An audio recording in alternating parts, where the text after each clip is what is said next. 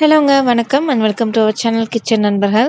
இன்றைக்கி நம்ம சேனலில் முளை கட்டின பச்சை பயிரை வச்சு சூப்பரான ஒரு கிரேவி தான் பார்க்க போகிறோம். வாங்க பார்த்துடலாம்.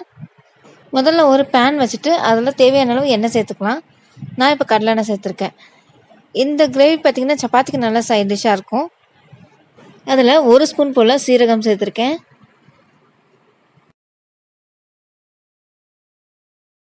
ஒரே ஒரு பச்சை மிளகாய் சேர்த்துக்கலாம். கருவேப்பிலை,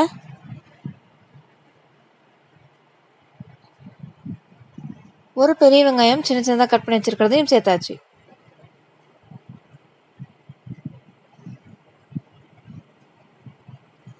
வெங்காயம் நல்லா வதங்கி வரட்டும்.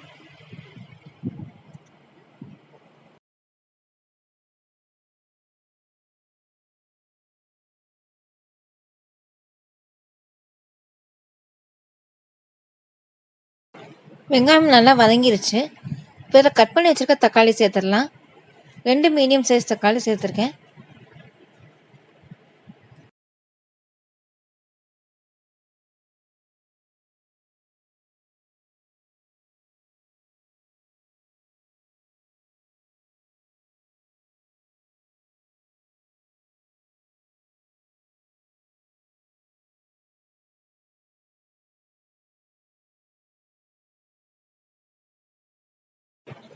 தக்காளி சீக்கிரம் வதங்கணுங்கிறதுக்காக கொஞ்சமாக உப்பு சேர்த்துக்கிறேன்.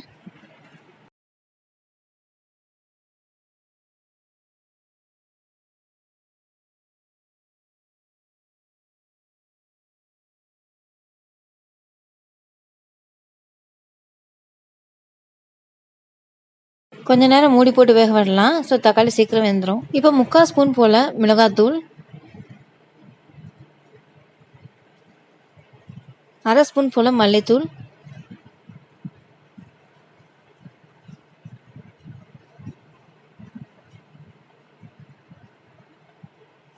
1/2 ஸ்பூன் போல் ஜீரகப்பொடி,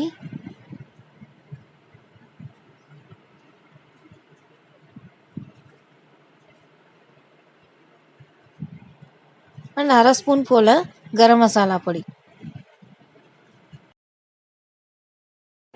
எல்லாத்தையும் நல்லா பச்சை வாசனை போகிற அளவுக்கு நல்லா வதக்கி எடுத்துடலாம்.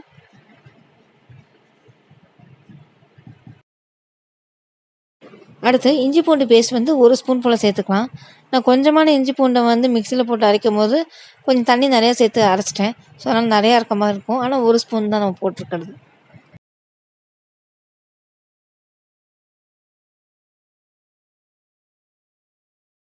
எல்லாம் ஓரளவுக்கு வதங்கினதுக்கப்புறம் நம்ம 1/2 டம்ளர் போல் தண்ணி சேர்த்து இது வேக விடுவோம். இந்த மசாலாஸோட பச்சை வாசனை போகிறதுக்காக தண்ணி ஊற்றி வேக வர்றோம்.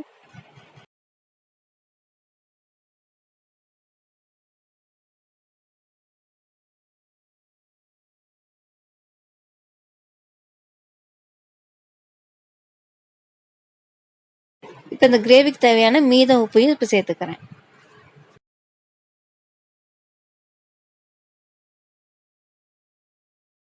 அந்த இது பார்த்தீங்கன்னா முளை கட்டின பச்சை பயிரை 2 விசில் மட்டும் குக்கரில் வேக வச்சு எடுத்து வச்சுருக்கேன்.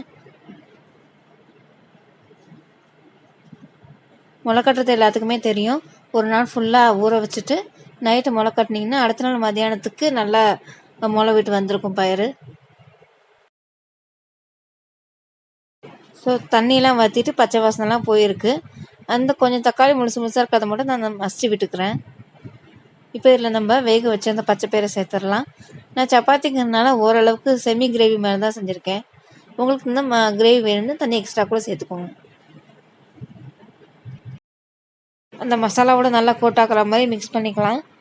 பயிர் ஆல்ரெடி வேக வச்சது, அதோட அந்த மசாலாவும் நம்ம ஏற்கனவே குக் பண்ணியாச்சு. ஸோ அதனால் ஒரு 2 நிமிஷம் போல் மட்டும் இதுக்கப்புறம் இருந்தால் போதும். ஒரு கொதி வந்ததுக்கப்புறம் நம்ம அடுப்பு ஆஃப் பண்ணிடலாம்.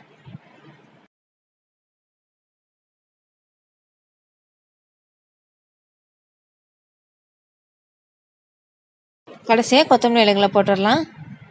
ஸோ நம்மளோட ஆரோக்கியமான அதே நேரம் டேஸ்டியான பச்சை பயிறு முளைக்கட்டின பச்சை பயிறு கிரேவி ரெடி ஆகிடுச்சு. நான் சொன்ன மாதிரி சப்பாத்திக்கு இதை சைட் டிஷ்ஷாக நாங்கள் சாப்பிட்டோம். சப்பாத்திக்கு மட்டும் இல்லை, ரைஸ்க்குமே நல்ல சைட் டிஷ்ஷாக இருக்கும். கண்டிப்பாக ட்ரை பண்ணி பாருங்கள். இந்த வீடியோ உங்களுக்கு பிடிச்சிருந்தால் லைக் பண்ணுங்கள், ஷேர் பண்ணுங்கள், கமெண்ட் பண்ணுங்கள். மறக்காமல் கிச்சன் நண்பர்கள் சேனலுக்கு சப்ஸ்கிரைப் பண்ணிவிடுங்க. பக்கத்தில் இருக்க பெல் ஐக்கானே ப்ரெஸ் பண்ணுங்கள். அப்போ தான் நாங்கள் போகிற வீடியோஸோட நோட்டிஃபிகேஷன் உங்களுக்கு வரும். தேங்க்யூ.